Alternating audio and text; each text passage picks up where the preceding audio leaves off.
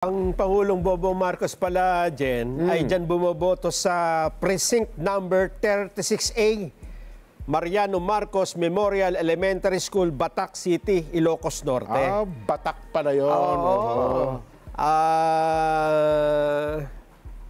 Ayan, oh. Live po yan, ha? Yung nakikita natin na yan. Bakit dalawang salamin ng presidente? Reserva isa, baka kasi malimutan. Hindi, ano yan, yung isa yata ay reading. Ha? Ganon. Kasi kung minsan pag yung ano man tawag doon, yung Transition? o yung transition medyo nakakahilo eh. Dahil sa pero pagka reading, hindi isa lang ang ano mo, hindi ka na mahirapan. Ako kasi mayroong reserba. Minsan, pag nailapag, basta naman siya, lagi may reserba. No? Mukhang marami ang ibinoto ng presidente. Oo. Kanina pa siya, oh.